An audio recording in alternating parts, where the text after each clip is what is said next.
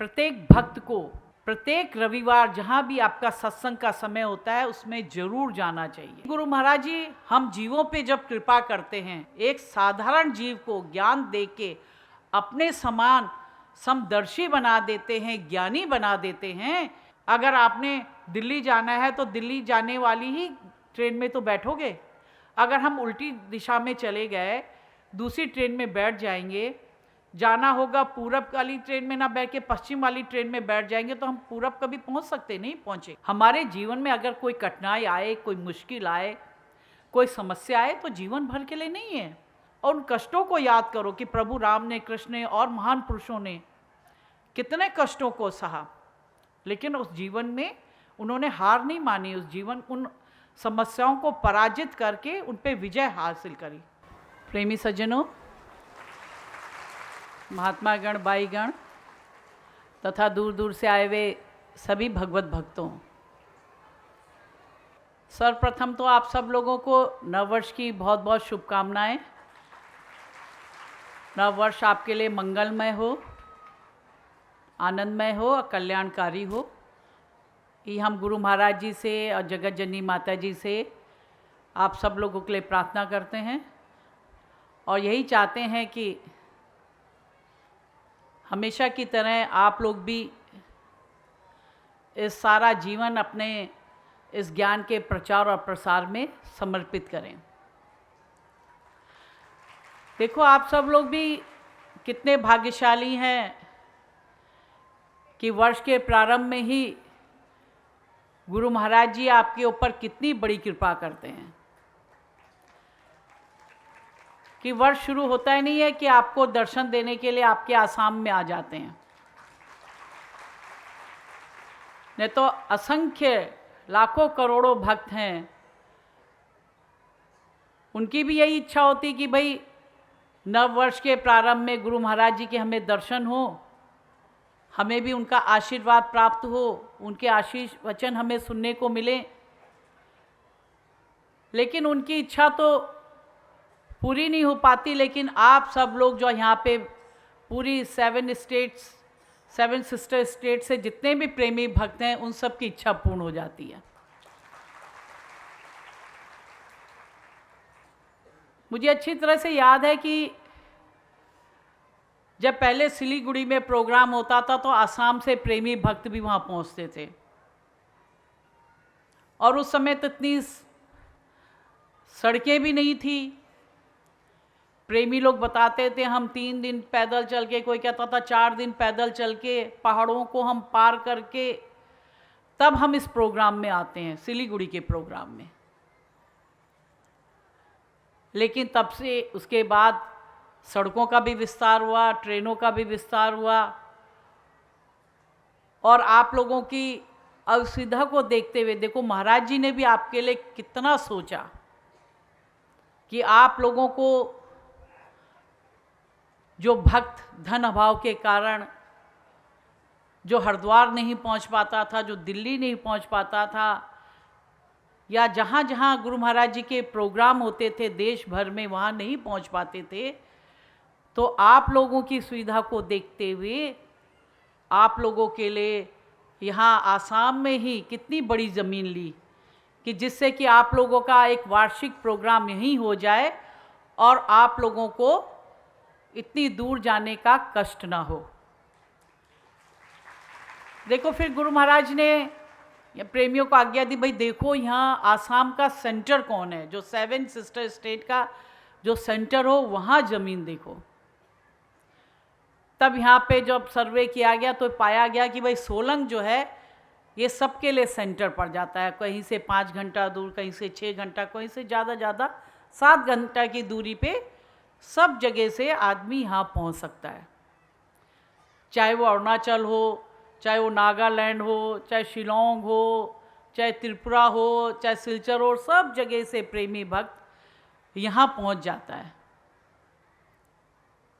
तो आप लोगों के लिए सारी सुविधा की गई कि आप लोग जो है साल भर में, कम से कम साल भर में आप लोगों के गुरु महाराज जी के दर्शन हो सके, उनका सत्संग आप लोगों को प्राप्त हो सके।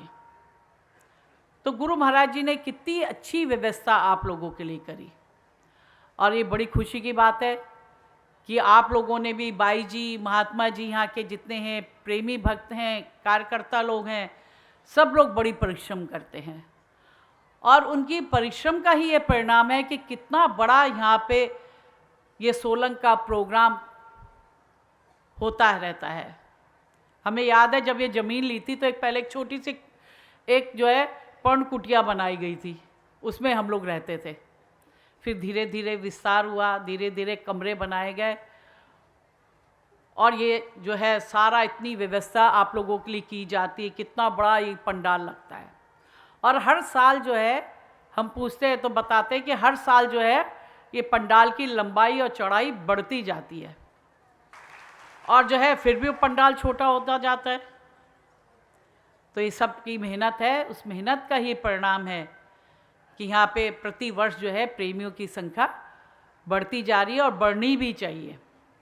क्योंकि महाराज जी देखो अभी कहते हैं कितने कामों को छोड़ के केवल आपके लिए आते हैं। महाराज जी अपने इतने कामों को छोड़ के लिए आपके पास आ रहे हैं, तो क्या आप 2 दिन के लिए अपने काम छोड़ के नहीं आएंगे?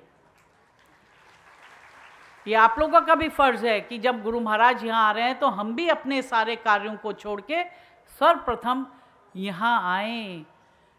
क्योंकि साल भर हम संसार के भौतिक जीवन में हम जीते हैं।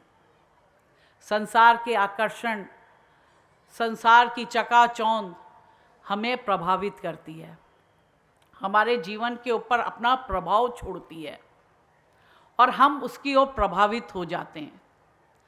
लेकिन जब हम गुरु महाराज के दर्शन करते हैं, गुरु महाराज जी का सत्संग का श्रवण करते हैं, तो जो भौतिक प्रभाव होते हैं, जो आकर्षण होते हैं, जो आकर्षित चीज़ें होती हैं, जो हमारे जीवन को प्रभावित करती हैं, वो सारे आकर्षण हमारे जीवन से दूर हो जाते हैं, और फिर हमारे अंदर वो श्रद्धा भक्ति वो जागृत हो जाती है।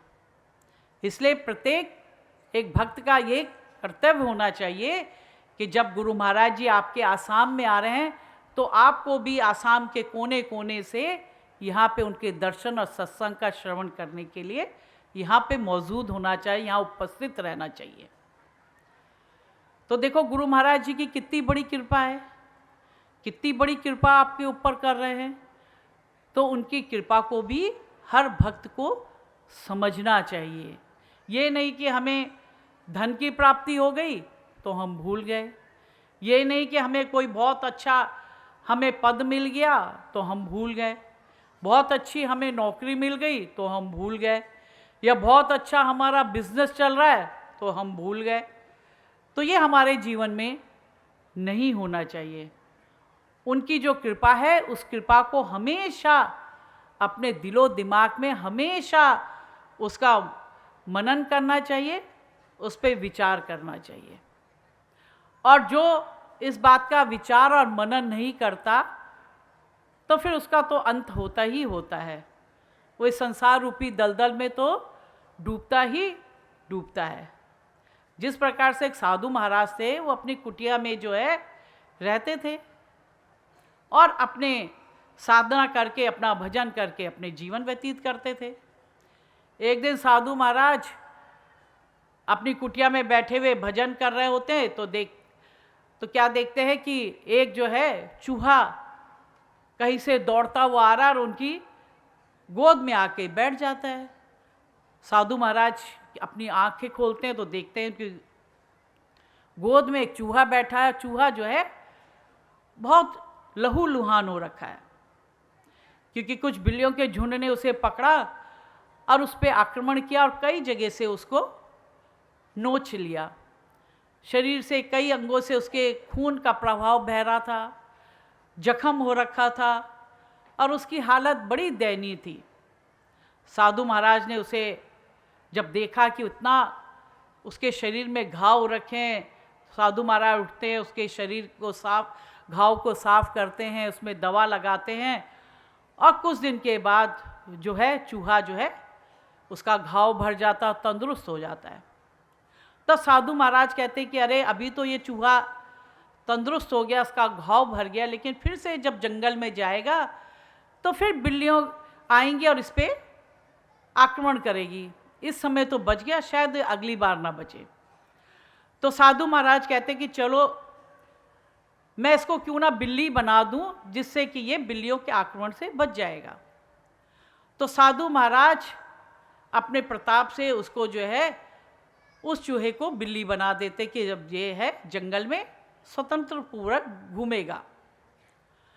अब चूहा जो है बिल्ली बन जाता है, बिल्ली बन के जंगल में घूमने लगता है। लेकिन घूमते घूमते एक दिन जो है कुत्ते उसको देख लेते हैं, और कुत्ते जो आप जानते हैं कि बिल्ली और कुत्ते में तो कितना बैर होता है। बिल्ली को देख के कुत्ता उस पर झपटता है, फिर उस पर झपटता है, और फिर वो भागता भागता जो बिल्ली था वो साधु महाराज की कुटिया में आ जाता है। अब जब साधु महाराज कहते हैं कि अरे ये तो वही चूहा था जिसको मैंने बिल्ली बनाया था, लेकिन आज जो है कुत्ते ने इस पे आक्रमण किया और उसको फिर जो है इसको घायल कर दिया। तो फिर साधु महाराज कहते हैं कि चलो मैं इसको बिल्ली से कुत्ता बना देता हूं, जिससे कि ये फिर से स्वतंत्रता पूर्वक जंगल में विचरण करेगा। साधु महाराज फिर अपने प्रताप से उसको बिल्ली से कुत्ता बना देते हैं। कुछ दिन फिर बीतते हैं तो कुत्ते के सामने एक दिन शेर आ जाता है। जब शेर आ जाता है, शेर उसके पीछे दौड़ता है, तो भागते भागते फिर वो साधु महाराज की कुटिया में आ जाता है। फिर साधु महाराज की गोद में वो बैठ जाता है। अब जब साधु महाराज देखते हैं कि अरे इसके पीछे तो जो है शेर पड़ा हुआ है, और शेर इसको एक क्षण में इसको भक्षण कर लेगा, इसको खा लेगा।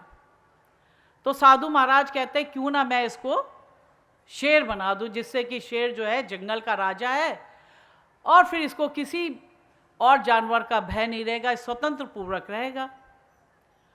अब साधु महाराज जो है उस कुत्ते को शेर बना देते हैं।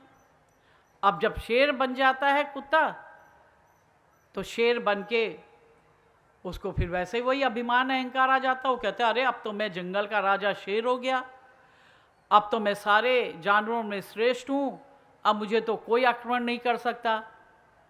लेकिन तभी उसके मन में ख्याल आता है कि देखो इस जंगल में केवल एक साधु महाराज है, ये जो जानते हैं कि मैं पहले जो था, सर्वप्रथम तो मैं पहले चूहा ही था। चूहे से मुझे साधु महाराज ने बिल्ली बनाया, बिल्ली के बाद मुझे कुत्ता बनाया, कुत्ता बनाने के बाद मुझे शेर बनाया। ये बात जंगल में कोई नहीं जानता। लेकिन अगर साधु महाराज ने किसी को बता दिया कि मैं पहले जो एक चूहा था, तो मेरे से तो कोई डरेगा ही नहीं, और मेरी जो है सारी इज्जत जो है मिट्टी में मिल जाएगी। तो मैं क्यों ना ऐसा करूं कि साधु महाराज का ही मैं भक्षण कर लेता हूं, साधु महाराज को ही खा लेता हूं।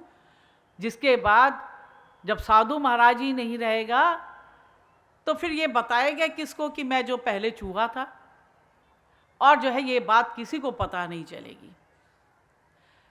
तो जैसे ही उसके मन में विचार आता है कि मैं क्यों नहीं साधु महाराज को खा लूं, तो साधु महाराज तो जानते थे उसके मन की बात को, समझ गए कि इसके मन में दुर्भाव आ गया है और ये जो है मेरा ही भक्षण करना चाहता है।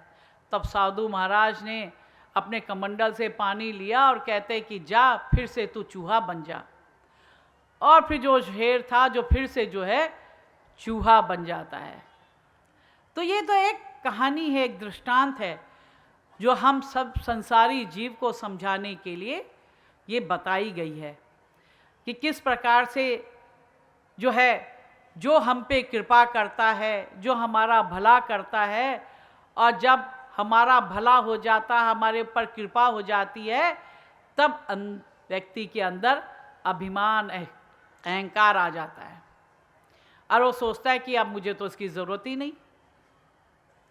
जैसे कि कई लोग हमने देखे समाज में, जब तक ज्ञान नहीं था तब तो खूब सेवा करते हैं, खूब दरबार में भी आते हैं, और जैसे ज्ञान की प्राप्ति होगी तो सोचते हैं कि अरे भाई अब तो हम ज्ञानी हो गए, अब हमें किसी की क्या ज़रूरत, हम क्यों दरबार जाएं, हम क्यों सत्संग करें, हम क्यों सेवा करें। क्यों? क्योंकि उनके अंदर अभिमान अहंकार आ गया। और जब अभिमान अहंकार आ गया तो व्यक्ति अपने पद से कब गिर जाए उसे स्वयं पता नहीं चलता। और उसके कारण क्या होता है कि आदमी जो है अपने पद से गिर जाता है। तो यही गुरु महाराज जी हम जीवों पे जब कृपा करते हैं, हम एक जो है एक साधारण जीव को ज्ञान दे के अपने समान समदर्शी बना देते हैं, ज्ञानी बना देते हैं। लेकिन व्यक्ति जब इस चीज़ को प्राप्त करता है तो आदमी इसको भूल जाता है कि गुरु महाराज ने कितनी बड़ी हमारे ऊपर कृपा करी। हमें को एक जो है एक साधारण जीव को कैसे हमको ज्ञानी बना दिया, समदर्शी बना दिया, इस बात को भूल जाता है और अपने अभिमान अहंकार में जो है गलत रास्ते को अख्तियार कर लेता है, गलत रास्ते पे चलने लगता है। और उसका अंत क्या होता है कि हम जो जिस लक्ष्य की हम प्राप्ति करना चाहते हैं उस लक्ष्य को हम प्राप्त नहीं कर पाते और फिर हम इस संसार के जो दलदल है, इसी दलदल में अब डूब के अपने जीवन को समाप्त कर लेते हैं। जिस प्रकार से वो चूहा जो किस प्रकार से बिल्ली बन के, कुत्ता बनकर एक शेर को प्राप्त कर गया था, शेर की योनि को प्राप्त कर गया था, लेकिन जब शेर की योनि को प्राप्त किया तो अभिमान अहंकार आ गया, तो अंत में क्या हुआ, फिर से चूहा बन गया। वैसे ही जो है हमने ज्ञान तो प्राप्त कर लिया, हम ज्ञानी तो हो गए, लेकिन हमने कभी गुरु महाराज के सत्संग के लिए नहीं गए, उनके दर्शन के लिए नहीं गए, गुरु दरबार नहीं गए, सेवा नहीं करी, ज्ञानी संत महात्माओं की शरण में नहीं गए, तो क्या होता है, आदमी फिर इस चकाचौंध में रह जाता है। और फिर जो है कभी भजन नहीं करेगा तो क्या होगा, फिर तो संसार का ही चिंतन करेगा। और जब अंतिम समय आएगा तो जिस चीज़ का चिंतन करेगा उसी चीज़ को तो प्राप्त करेगा। तभी तो शास्त्रों में कहा गया है कि जिसने हमेशा धन का चिंतन करते हुए शरीर को छोड़ा वो सर्प योनि को प्राप्त होता है। आपने कितनी बातें सुनी होगी समाज में रह के कि जो है वो जो अमुक व्यक्ति था उसने अपने धन को गाड़ा हुआ था और जो है अब वहाँ पे जो है एक नाग वहाँ पे रह के उसकी रक्षा कर रहा धन की। वो क्या है, वो उसी घर का जो है स्वामी है, जिसने जो है धन तो एकत्रित कर लिया, जमा भी कर लिया, लेकिन उसको अच्छे कर्म में न लगा के, अच्छे कार्य में न लगा के उस धन को गाड़ के रख दिया। और जब अंतिम समय तक उसी धन का चिंतन करते हुए गया तो क्या हुआ, जब अगली योनि प्राप्त हुई तो किसकी योनि प्राप्त हुई, सर्प की योनि प्राप्त हुई। और सर्प की योनि प्राप्त करके भी उस धन के ही जो संग्रह कर रखा उसी की रक्षा करने में लगा हुआ, उसको मोक्ष की नहीं प्राप्ति हुई, उसकी परम धाम की प्राप्ति नहीं हुई। इसी प्रकार से कहा कि अगर जिस प्रकार से जो व्यक्ति अपने हमेशा बच्चों का चिंतन करते हुए ही अपने शरीर को छोड़ता है वो सुअर की योनि को प्राप्त होता है। आपने सुअर देखा होगा, कितने कितने बच्चे पैदा करता है, कितने कितने बच्चे उसके पीछे जो है घूमते रहते हैं, उसके पीछे पीछे भागते रहते हैं, चलते रहते हैं। क्यों? क्योंकि उसने सारा जीवन जो है अपने बेटे के लिए मैं क्या करूं, अपने उसके लिए क्या करूं, क्या धंधा शुरू करूं, कैसे धन कमाऊं, इसी काम में करते करते अंत समय में उसी समय जो है अपने प्राण छोड़ा बच्चों का चिंतन करते हुए। तो क्या प्राप्त हुआ, जब योनि को प्राप्त हुई तो उसको सर्प जो है सुअर की योनि प्राप्त हुई। तो इसी प्रकार जिस कहा कि अंतमता सोगता, अंत समय में जिस चीज़ का चिंतन करोगे उसी चीज़ को जो है आप प्राप्त करोगे। इसीलिए कहा कि जब ज्ञान प्राप्त कर लिया है तो भजन करो, सुमिरन करो, निरंतर गुरु महाराज जी का सुमिरन करो, जिससे जब अंत समय आएगा, जब ये प्राण छूटेंगे तो गुरु महाराज जी का ही चिंतन करोगे। और जब गुरु महाराज जी का हम चिंतन करेंगे तो हम उस परम धाम को प्राप्त करेंगे, जिसके लिए भगवान कहते हैं कि जो जीव अंतिम काल में मेरा सुमिरन करते हुए अपने प्राणों का निछावर करता, अपने प्राणों को त्याग करता है तो मेरे धाम को प्राप्त करता है, मेरे परम धाम को प्राप्त करता है।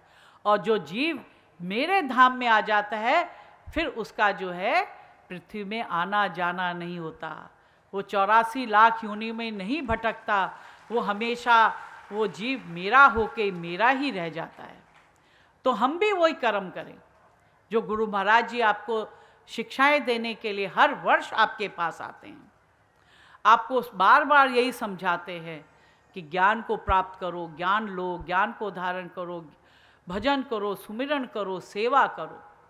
क्योंकि जहाँ तुम सेवा करोगे, है कि जहाँ लगेगा धन वहाँ जाएगा मन। आप अपने लिए एक अगर घर बनाते हैं तो उसका कितना ख्याल रखते हैं। अगर उसमें पुताई खराब हो जाती है तो आप उसको वाइट वॉश कराते हैं। कहीं लकड़ी अगर खराब हो गई, गल गई, तो आप उसकी लकड़ी जो है उसको चेंज करवाते हैं। कहीं लोहा गल गया तो फिर लोहे के उसको बदलवाते हैं। कितना ध्यान रखते हैं, क्यों? क्योंकि आपने अपने जीवन की कमाई को, जीवन की पूंजी को उसमें लगाया हुआ है। तो इसी प्रकार से अगर आप गुरु दरबार में जब सेवा करेंगे तो आपका मन भी वहीं जाएगा। आपको भी ध्यान रहेगा कि हर इतवार जो है यहाँ सत्संग होता है, हमें सत्संग में जाना है। गुरु महाराज जी ने इतने जगह जगह, आप ही के आसाम के देखिए कोने कोने में कहाँ नहीं आश्रम बना रखे हैं, हर जगह आश्रम बना रखे हैं। पूरे देश में कोने कोने में कोई ऐसी जगह नहीं होगी, कोई ऐसा शहर नहीं होगा जहाँ आश्रम नहीं है। किस लिए? कि वो आप लोगों के लिए, आपके कल्याण के लिए, आपकी भलाई के लिए, आपके बच्चों की भलाई के लिए ये आश्रम का निर्माण गुरु महाराज जी करते हैं। वो अपने लिए नहीं कर रहे निर्माण। गुरु महाराज जी तो साल में आएंगे, 1 या 2 दिन ठहरेंगे, उसके बाद तो चले जाएंगे। लेकिन जो आश्रम का निर्माण है ये आप लोगों के लिए किया गया है कि आप लोग यहाँ पे आएंगे, आप लोगों को साधु संतों का संग प्राप्त होगा, सत्संग की प्राप्ति होगी, आपके मन में अच्छे विचार आएंगे, आपकी बौद्धिक विचार अच्छे होंगे, आपके मानसिक विचार आपके अच्छे होंगे, और आपके सबसे बड़ी बात, आपके जो बच्चे हैं, जो भावी पीढ़ी है, वो भावी पीढ़ी एक अच्छी पीढ़ी कहलाएगी, अच्छे इस देश के नागरिक कहलाएंगे। अभी महाराज जी बता रहे थे 5 चीज़ें पढ़ रहे थे, तो 5 चीज़ें तो महाराज जी पहले से ही करते आ रहे हैं कि भाई पूरा परिवार आओ, सत्संग में आएंगे तो पूरा परिवार आएगा, बैठेंगे, अच्छी बातों को सुनेंगे, अच्छी बातें सुनेंगे तो अच्छे विचार उत्पन्न होते हैं, अच्छे विचार उत्पन्न होंगे तो हम एक अच्छे नागरिक बनते हैं, अच्छे नागरिक बनेंगे तो घर का माहौल अच्छा होता है, अपने जो है मोहल्ले का माहौल अच्छा होता है, अपने शहर का माहौल अच्छा होता है, अपने देश का माहौल अच्छा होता है। आज यही कहा जाता है कि भाई देश को जो है, भारत देश को विश्व गुरु बनाना है। तो विश्व गुरु कैसे बनेगा? जब यहाँ के रहने वाले नागरिकों के विचार शुद्ध होंगे। जब उनके विचार शुद्ध होंगे तो सारा वातावरण शुद्ध होगा, और सारा वातावरण शुद्ध होगा तो हमारा देश जो है विश्व गुरु कहलाया जाएगा, विश्व गुरु बनेगा। तो महाराज जी तो इसके लिए पूरे बचपन से ही प्रयासरत हैं और इसके लिए प्रयास कर रहे हैं। तो इसलिए जो है प्रत्येक भक्त को प्रत्येक रविवार जहाँ भी आपका सत्संग का समय होता है उसमें जरूर जाना चाहिए। हम लोग देखते हैं, और धर्म में भी देखो, चाहे आप मुस्लिम धर्म हो, उनके धर्म में 5 बार नमाज पढ़नी तो 5 बार वो नमाज पढ़ते हैं। क्रिश्चियन धर्म में उनका है कि इतवार को हमने चर्च में जाना है, कैंडल जलानी है, तो जाते हैं और कैंडल जलाते हैं। तो भाई जब और धर्म के लोग कर रहे हैं तो हम लोग हिंदू धर्म वाले, हम लोग क्यों नहीं, हम लोग जो है आश्रम में जाएं, प्रत्येक रविवार आश्रम में जाएं और सब कार्यों को छोड़कर जाएं। पहले आश्रम जाएं, सत्संग सुने और उसके बाद और कार्यों को करें। ये नहीं कि हम तो पहले और जगह के लिए हमारे पास समय है, घूमने फिरने के लिए समय है, दोस्तों के साथ घूमने फिरने के लिए हमारे पास समय है, रिश्तेदारों के पास जाने के लिए समय है, सब चीज़ों के लिए समय है। लेकिन जब बाई महात्मा सत्संग में आने की बात करते हैं तो जो है लोगों को 100 तरह के बहाने याद आ जाते हैं। अरे बाई जी बहुत काम है, अरे बाई जी हमें ऑफिस से छुट्टी नहीं मिल रही है, बाई जी बहुत हमारे बिजनेस में बड़ा वो चल रहा है, छुट्टी नहीं ले सकते हैं। सारे काम के लिए बहाने बना देते सत्संग में आने के लिए। लेकिन ये नहीं होना चाहिए। हमें इसके विपरीत होना है, अपने व्यवहार को विपरीत करना है कि पहले हम आश्रम जाएं, आश्रम में सत्संग का श्रवण करें और सत्संग श्रवण करने के बाद हम बाकी अपने कार्यों को जो है हम लोग कर रहे हैं। तभी जो हमारे बच्चों के अंदर जो संस्कार आएंगे, संस्कार कब आते हैं? संस्कार बचपन से आते हैं। जब बच्चे होते, हमारे छोटी उम्र होती है, तभी हम उनके अंदर जो संस्कार डालेंगे वो संस्कार उनके हृदय के अंदर रोपित हो जाते हैं। जिस प्रकार से आप लोग बहुत से जो है खेती वाले लोग होंगे, जो खेती का काम करते हैं, किसान लोग हैं, अगर जो आप लोग जो है बंजर खेत में ही नहीं बीज डाल देते, बंजर खेत में बीज डालोगे तो उसमें से बीज में से अंकुर नहीं पैदा होगा, वो बीज जो है वैसे ही मर जाएगा और कुछ बीजों को जो है पक्षी जो है खा लेते हैं और वो बीज होगा ही नहीं, उसको फसल नहीं प्राप्त होगी। लेकिन जो समझदार किसान होता है, जो बुद्धिमान किसान होता है, वो बंजर खेत को पहले जोतेगा और उसमें से जितनी भी पहले की जो जड़ें हैं, जितनी भी चीज़ें हैं, कूड़ा करकट जो भी है, पत्थर है, उन सबको चुनता है, उनको निकालेगा, खेत को समतल करेगा, पानी डालेगा और जब खेत बिल्कुल तैयार हो जाएगा तब उसमें बीज डालेगा। और बीज डालने के बाद भी छोड़ नहीं देता, समय समय पे जब उसमें ज़रूरत होती है नलाई की, गुड़ाई की, वो करता है और जो अतिरिक्त घास फूस पैदा हो जाती है उसको निकालता है। और जब किसान इतनी मेहनत करता है तब उसको जो है लहराती हुई खेती, अच्छी खेती प्राप्त होती है। ठीक इसी प्रकार से हम लोग भी हैं, हमने भी अपने हृदय रूपी खेत में ज्ञान रूपी बीज को रोपित किया है, लेकिन हमने ज्ञान ले लिया, सत्संग रूपी वर्षा नहीं करी, सेवा रूपी खाद नहीं डाली, तो क्या वो बीज रोपित होगा? आप कहोगे नहीं होगा। क्यों? क्योंकि आपने तो उसमें जो है कभी सत्संग के लिए नहीं गई, कभी सेवा नहीं करी, कभी गुरु महाराज जी के दर्शन नहीं किए, उनके आशीर्वचनों को नहीं सुना, तो आपके हृदय रूपी खेत में जो भी ज्ञान रूपी बीज है वो कभी भी लहराएगा नहीं, वो वहीं पे समाप्त हो जाएगा। इसलिए आप चाहते हो कि हमारे हृदय रूपी खेत में जो ज्ञान रूपी बीज रोपित हुआ है वो हर प्रकार से लहराए, हर प्रकार से वो हरा भरा रहे, तो उसके लिए बहुत ज़रूरी है कि नित्य हम गुरु महाराज जी के जो है सत्संग का श्रवण करें, आश्रम में जाएं, सेवा करें, बाई महात्माओं जी की आज्ञा में रह के वो जो हमको आज्ञा देते हैं उसका पालन करें, तो हमारे जो ज्ञान रूपी बीज है उसके भी खेती जो है बहुत हरी भरी होगी, लहराएगी। इसलिए गुरु महाराज जी की आज्ञा को शिरोधार करके उनके बताए हुए जिस मार्ग में वो चलने के लिए हमें प्रेरणा देते हैं, शिक्षा देते हैं हमें कि सत्य के मार्ग पे चलो, धर्म के मार्ग पे चलो, उसी सत्य धर्म के मार्ग में हमें चलना है। और जीवन में जितनी भी कठिनाइयाँ आएँ, जितनी भी परेशानियाँ आएँ, उन सब का हमने डटकर मुकाबला करना है, डटकर सामना करना है। क्योंकि हम इस धराधाम में आए हैं, अगर हमने ये मनुष्य तन प्राप्त किया है तो इस धराधाम में रह के जीवन में हमारे पास कठिनाइयाँ आएंगी।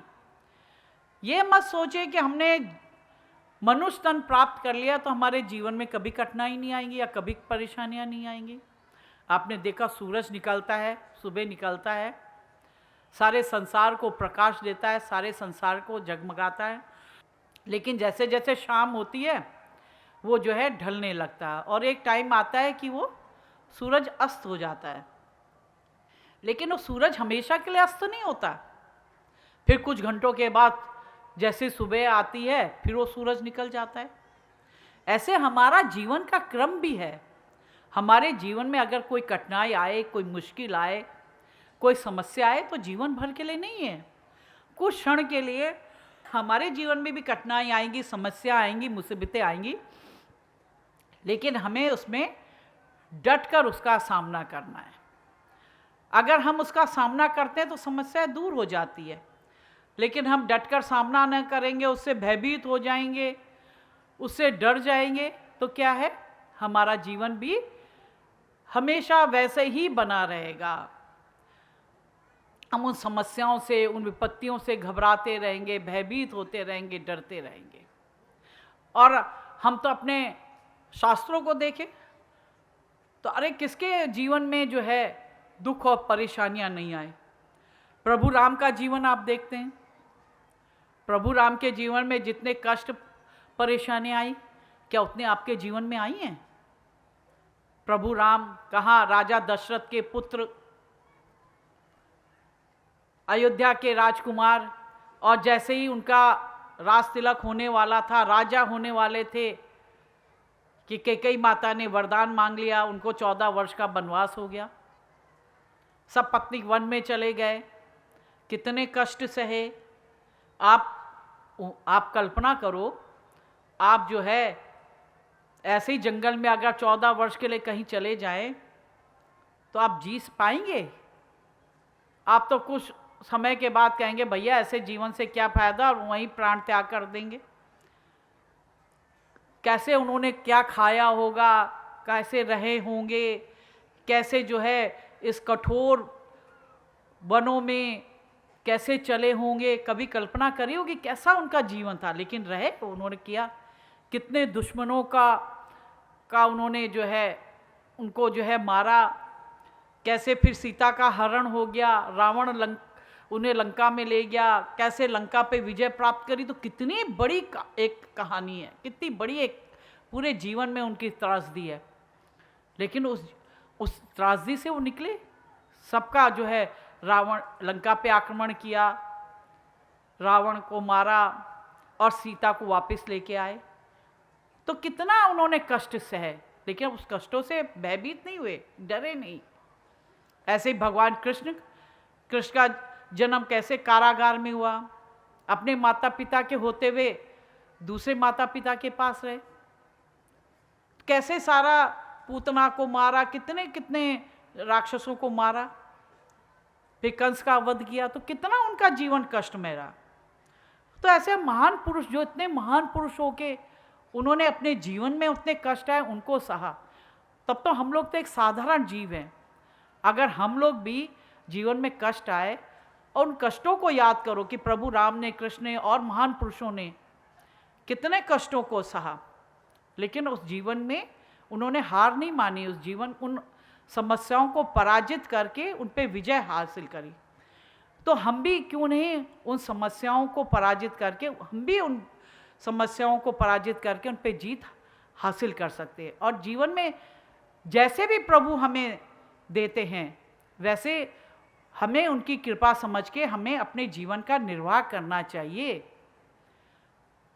जिस प्रकार से पुराने समय की बात है, जब गुलामों का युग का समय होता था, युग होता था। पुराने समय में आपने देखा होगा कि बादशाह लोग होते थे और जो गुलाम लोग होते, जो काले लोग होते थे, वो गुलामी करते थे उनकी, और गुलाम को खरीद लेते थे कुछ मोहरें पे देके। उस समय तो मोहरें चलती थी, और जीवन पर्यंत उस गुलाम जो है उनकी जो है गुलामी करता था। और मालिक कैसे भी रखे उसको, चाहे भोजन दे, कितना काम कराए, सोने को ना दे, वो करता था क्योंकि वो खरीदा हुआ गुलाम था।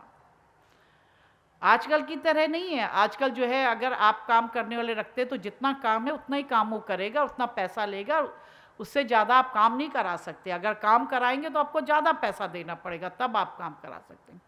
उस समय गुलाम की प्रथा थी। ऐसे ही एक बादशाह थे, उन्होंने गुलाम खरीदा, और उन्होंने गुलाम खरीद के अपने घर ले आए, और उन्होंने गुलाम से पूछा, गुलाम तुम्हारा नाम क्या है? तो गुलाम ने कहा, मालिक जिस नाम से भी आप मुझे पुकारे वही मेरा नाम है। वो बादशाह जरा उदार हृदय का था, उसने कहा कि नहीं तो कोई नहीं पूछता था उनसे। तो फिर बादशाह कहते हैं कि गुलाम तुम क्या खाना पसंद करते हो? तो गुलाम कहता है, मालिक जो भी आप मुझे देंगे मैं वही खाना पसंद कर लूँगा। फिर जो है बादशाह फिर पूछता है कि गुलाम तुम क्या कपड़े पहनना पसंद करोगे? तो गुलाम कहता है, मालिक जो भी कपड़ा आप मुझे देंगे मैं वही पहनना पसंद करूँगा। तो कहते हैं कि फिर वो कहते हैं गुलाम तुम्हारी क्या इच्छा है? तो कहता है, गुलाम कहता मालिक मेरी कोई इच्छा नहीं, जो आपकी इच्छा है वो मेरी इच्छा है, आपकी इच्छा ही सर्वप्रिय है। तो जो बादशाह होता है, क्योंकि वो उदार हृदय का होता है, वो उस गुलाम को के आगे नतमस्तक हो जाता है और वो गुलाम से कहता है कि गुलाम तुम गुलाम नहीं हो, तुम तो मेरे गुरु हो, क्योंकि तुमने आज जो बात कही वही बात हमें उस परमेश्वर से करनी चाहिए कि परमपिता परमेश्वर जिस हालात में हमें रखे उस हालात में हमें प्रसन्न रहना चाहिए। जो भोजन हमें खाने को मिल रहा है उसी भोजन को प्राप्त करके हमें प्रसन्न रहना चाहिए। जो वस्त्र वो हमको दे रहा है उसी वस्त्र में को पहन के हमें प्रसन्न रहना चाहिए। जो चीज़ वो हमें दे रहा है, प्रदान कर रहा है, उसकी दी हुई हर चीज़ में हमें प्रसन्न रहना चाहिए। तो तुमने तो मुझे कितनी बड़ी शिक्षा प्रदान कर दी, और वो उस गुलाम को मुक्त कर देता है। तो यही बात परम पिता परमेश्वर या गुरु महाराज जो हमको प्रदान कर रहे हैं, उस चीज़ में ही हमें हमेशा प्रसन्न रहना है। और जो आदमी इस चीज़ में हमेशा प्रसन्न रहता है उसका जीवन ही सुखमय है, उसके जीवन में ही शांति है, उसके जीवन में ही प्रेम है, उसके जीवन में ही सारी खुशी है, सारे सुख हैं। नहीं तो कि अगर हमारे हृदय में सुख और शांति नहीं है तो हम हमेशा दूसरों की चीज़ को देख के ही अपने मन में कुढ़ते रहेंगे। देखेंगे अरे उसका तो बहुत बड़ा मकान है, हमारा तो छोटा मकान है मकान ज़रूर, लेकिन उसका तो 4 घर का कमरों का मकान है, मेरे पास 2 कमरों का मकान है। इसी में वो सारा जीवन जो है कुढ़ता रहेगा, इसी में अशांत रहेगा। आदमी कहेगा अरे मेरे पास तो एक एम्बेसडर गाड़ी है, छोटी मारुति गाड़ी है, उसके पास तो बहुत बड़ी गाड़ी है, इसी गाड़ी में ही उलझा रहेगा। तो ये सब जो है, या कहेगा मेरे पास तो छोटी नौकरी, उसके पास बड़ी नौकरी है, इसी में उलझा रहेगा। तो इसमें वो कभी खुश नहीं रह पाएगा। लेकिन जो है हमारे पास प्रभु परमात्मा ने जो भी हमें प्रदान किया है और उसमें रह के हम खुश रहेंगे तो उसी में हमारी सारी खुशी है। तभी तो कहा है कि रूखी सूखी खाए के आप प्रसन्न रहिए, और दूसरों की घी की चुपड़ी हुई देख के भी जो है अपने मन को ललचाना नहीं चाहिए। हम देखते हैं दूसरे के घर में 4 व्यंजन बन रहे हैं तो उसी में जो है मन ललचाया जा रहा है, और जो है आपको चाहे दाल रोटी भी मिल रही उसमें भी खुश नहीं है।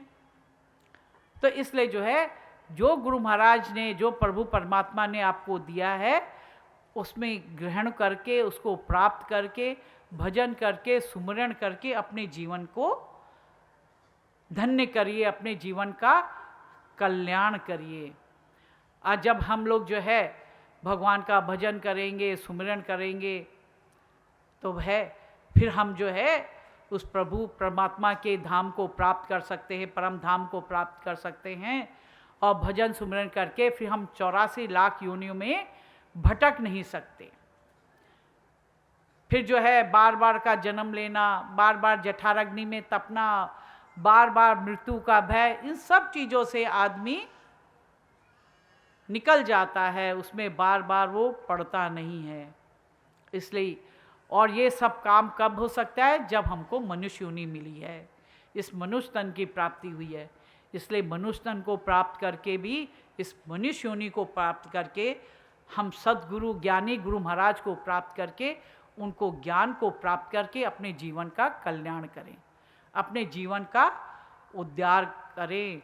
और यही संदेश देने के लिए गुरु महाराज जी बार बार आपके बीच में आते हैं, बार बार आपको ये संदेश देते हैं, और आप लोग उनके संदेश को सुन के अपने जीवन में उसको धारण करें, विचार करें, मनन करें, और अपने जीवन में भी उन्हीं कर्मों को करें।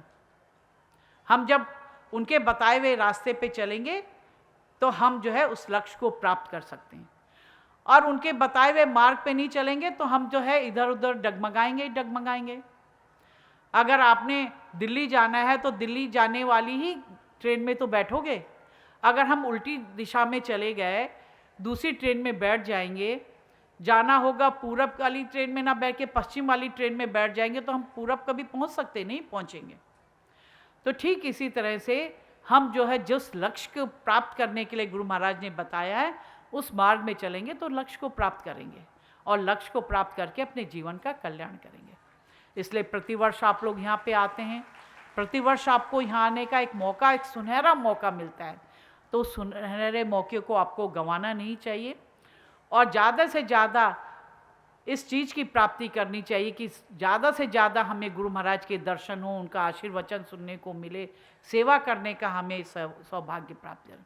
आपके लिए कितने सुंदर, देखो यहाँ व्यवस्था कर रखी है, कितना सुंदर पंडाल बना है, कितना सुंदर भोजन की व्यवस्था है, रहने की व्यवस्था है। तो जब सब प्रेमियों ने सहयोग किया है, उन्होंने सेवा करी, तभी तो संपन्न हुआ।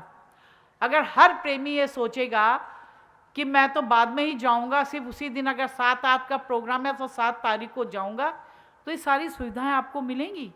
यहाँ प्रेमी भक्त लोग, बाई जी, महात्मा जी लोग महीने महीने पहले से आकर आप लोगों के लिए ये व्यवस्था करते हैं, तब आप लोगों को ये सारी चीज़ें, यहाँ रहने की सब सुविधा आप लोगों को मिलती है। तो आप लोगों को ज़्यादा से ज़्यादा जो है सेवा यहाँ करनी चाहिए, आश्रम में आके सेवा करनी चाहिए, जिससे कि इतना ये बड़ा प्रोग्राम जो है संपन्न हो पाता है। तो जहाँ जहाँ से भी आप लोग आएँ, तो वहाँ जाके वहाँ के बाई जी, महात्मा जी को आप लोग पूर्ण सहयोग दें। जहाँ कहीं आश्रम अगर अधूरे पड़े हैं, उन आश्रमों को पूरा करके निर्माण करें। और हर भक्तों की ये इच्छा होती है कि भाई हमारे क्षेत्र में भी आए, तो आपको भी कभी ना कभी कहीं ना कहीं में जो है मौका मिलेगा। आज सुबह ही तिनसुकिया वाली बाई जी कह रही थी कि वहाँ के प्रेमी भक्त बड़े बूढ़े हो गए, अब वो नहीं आ सकते, यहाँ भी आना उनके लिए मुश्किल है। तो माता जी कभी तिनसुकिया का भी प्रोग्राम वहाँ पे दे दीजिए, तो वहाँ भी हम लोग जाएंगे, क्योंकि तिनसुकिया में भी बहुत प्रेमी आता है। कि हम लोग 1-2 प्रोग्राम में वहाँ गए हैं, तो वहाँ भी बहुत भक्त समाज वहाँ पे आता है।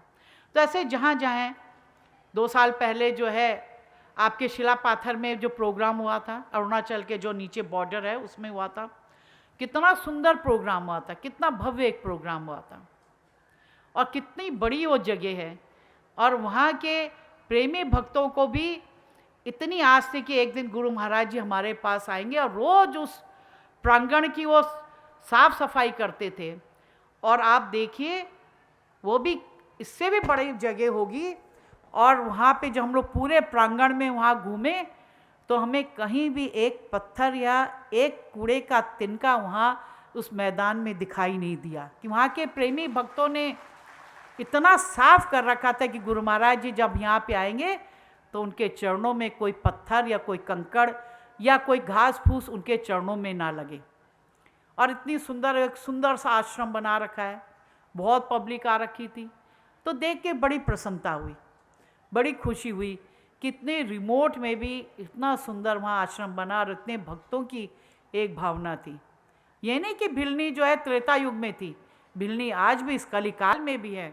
एक भिलनी नहीं, कई भिलनी हैं कि जिनको ये उम्मीद रहती कि हमारे गुरु महाराज जी भी हमारे यहाँ आएंगे, और गुरु महाराज जी उनकी जो उस आशा है उस आशा को पूर्ण करते हैं। तो आज भी इस कलिकाल में गुरु महाराज जी आप सबकी आशाओं को पूर्ण करने के लिए आसाम के कोने कोने में उन्होंने आश्रम बनाए, और कोने कोने में वहाँ जाते हैं। इसलिए इधर उधर की बात करने से अच्छा है कि हम दरबार के साहित्य को पढ़ के अपने मन को, अपने दिमाग को, अपने दिल को शुद्ध करें। इसलिए आप लोग जाएं और खूब भजन और खूब सुमिरन करें, और खूब ज्ञान का प्रचार और प्रसार करें। सबको मेरा दुआ आशीर्वाद।